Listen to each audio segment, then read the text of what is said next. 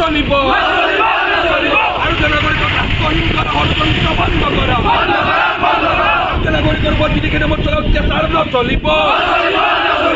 ভারতীয় নাগরিকক বিদেশী করা ষড়যন্ত্রের বিরুদ্ধে এবিএমসি সংগ্রাম চলিছে চলিব সংবিধান রক্ষার সংগ্রাম চলিছে চলিব সংবিধান রক্ষার সংগ্রাম চলিছে চলিব আইনৰ শাসন ৰক্ষাৰ সংগ্ৰাম চলিছে চলিব আইনৰ শাসন ৰক্ষাৰ সংগ্ৰাম চলিছে চলিব আইনৰ শাসন ৰক্ষা কৰক মুখ্যমন্ত্ৰী ডক্টৰ হিমন্ত বিশ্ব শৰ্মা হাই হাই মুখ্যমন্ত্ৰী ডক্টৰ হিমন্ত বিশ্ব শৰ্মা হাই হাই এই সংগ্ৰাম চলিছে আমাৰ সংগ্ৰাম চলিছে আমাৰ সংগ্ৰাম চলিছে ভাৰতীয় নাগৰিকৰ ওপৰত বিদেশী নামত হৈ থকা অত্যাচাৰ অসমত দৃষ্টি হৈ থকা প্ৰমোদ বৰহুচিয়া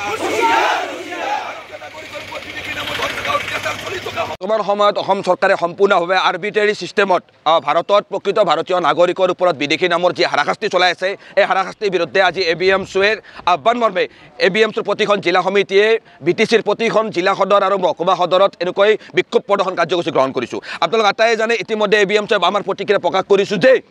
বৰ্তমান সময়ত বিদেশী ন্যায়াধিকৰণ আৰু বৰ্ডাৰ পুলিচৰ দ্বাৰা বিভিন্ন সময়ত এটা ব্যৱস্থাৰ জৰিয়তে যিবিলাক ব্যক্তিক বিদেশী হিচাপে ঘোষণা কৰা হৈছিল সেই ব্যক্তিসমূহক ধৰি লৈ গৈ এতিয়া ডিটেনশ্যন চেণ্টাৰত বন্দী কৰি ৰাখিছে ইতিমধ্যে আমি বাৰম্বাৰ কৈ আহিছোঁ যে বিদেশী ন্যায়াধিকৰণৰ যিটো ব্যৱস্থা সম্পূৰ্ণভাৱে ভাৰতৰ সাংবিধানিক যিটো ডিউ প্ৰচেছ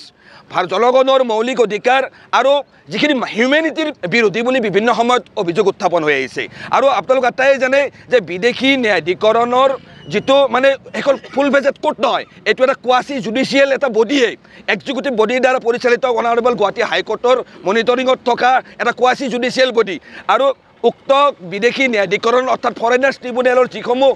ব্যক্তিয়ে ৰুলিং দিছে সেই ৰুলিং তেওঁলোকে কোনো এইটো জাজমেণ্ট নহয় এইটো এটা অপিনিয়নেই আৰু সেই অপিনিয়নটো দিবলৈ যাওঁতে আমি বিগত সময়ছোৱাত বিভিন্ন অভিযোগ উত্থাপন হৈছে পৰৱৰ্তী সময়ত হাইকোৰ্ট বা সুপ্ৰিম কোৰ্টৰ জাজমেণ্টতে কথাবিলাক পোহৰলৈ আহিছে যে তাত যিটো ডিউ প্ৰচেছ ফ'ল' কৰিব লাগে সেই ডিউ প্ৰচেছ ফ'ল' কৰা হোৱা নাই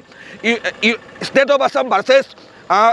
ৰহিম আলী যিটো গোচৰ আছিলে অনাৰেবল সুপ্ৰিম কোৰ্টে 2024 চনত ৰায়দান দি কৈছে যে ভাৰতত এটা ভাষাৰ এটা বৈচিত্ৰতা আছে মানে ডাইভাৰ্চিটি অফ লেংগুৱেজৰ কথা কৈছে ইয়াত নামত আকাৰ ইকাৰ বানান ভুল থকাটো স্বাভাৱিক আৰু ইয়াৰ বাবেই বৰ্ডাৰ পুলিচে কোনো এজন ব্যক্তিক বিদেশী বুলি সন্দেহ কৰিব নোৱাৰে আজি আমি স্পষ্টকৈ কৈছোঁ যে বিদেশী ন্যায়াধিকৰণত যিসমূহ ব্যক্তি আজি সম্পূৰ্ণ মানে আৰ্বিট্ৰেৰীভাৱে যিবিলাক বিদেশী ঘোষণা কৰা হৈছে তাৰ বেছিভাগ মানুহ 99.99% মানুহ যদি সুপ্ৰিম কোৰ্টৰ মজিয়ালৈ শক্তিশালীভাৱে যুক্তিপূৰ্ণভাৱে গৈ পায় তেতিয়াহ'লে তেওঁলোক ভাৰতীয় হৈ ওলাই আহিব কিন্তু আমি দেখিবলৈ পাইছোঁ ইয়াত অনাৰেবল সুপ্ৰিম কোৰ্টৰ যিটো জাজমেণ্ট অনাৰেবল সুপ্ৰিম কোৰ্টত কেছ চলি থকা অৱস্থাত অনাৰেবল সুপ্ৰিম কোৰ্টে কেছ ষ্টে দি থকা অৱস্থাতো মৰিগাঁৱৰ খাইৰুল ইছলাম নামৰ ব্যক্তি এজনক আৰক্ষীয়ে গ্ৰেপ্তাৰ কৰি ইতিমধ্যে বাংলাদেশলৈ পঠিয়াই দিছে বুলি বাতৰি সংবাদ মাধ্যমত প্ৰকাশ পাইছে আমি সকলোৱে দেখিছোঁ ইয়াৰ দ্বাৰা আচলতে যিটো ব্যৱস্থাৰ জৰিয়তে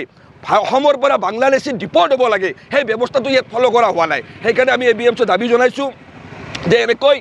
ভাৰতীয় নাগৰিকক ৰাষ্ট্ৰহীন নাগৰিক কৰা ষড়যন্ত্ৰ বন্ধ হ'ব লাগে আমি এবিএমচিয়ে গণতন্ত্ৰত বিশ্বাস ৰাখি আইনৰ শাসনৰ ওপৰত বিশ্বাস ৰাখি আমি গণতান্ত্ৰিকভাৱে আমাৰ প্ৰতিবাদ সাব্যস্ত কৰিছোঁ আমি স্পষ্টকৈ কৈছোঁ এনেকৈ ভাৰতীয় নাগৰিকৰ যেনেকৈ ৰাষ্ট্ৰহীন নাগৰিক কৰাৰ এটা ষড়যন্ত্ৰ চলিছে সেই ষড়যন্ত্ৰ বন্ধ হ'ব লাগে 23 এপ্ৰিল তাৰিখে মৰিগাঁৱত গ্ৰেপ্তাৰ হোৱা খাইৰুল ইছলাম যোৱাকালিৰ দিনটোত আমি দেখিবলৈ পাইছোঁ বাংলাদেশ বৰ্ডাৰ পাৰ হৈ ন' মেন্স লেণ্ডত তেখেতক দেখিব পোৱা গৈছে এই ভিডিঅ' ইতিমধ্যে সংবাদ মাধ্যমত প্ৰকাশ পাইছে তো একেখিনি সময়তে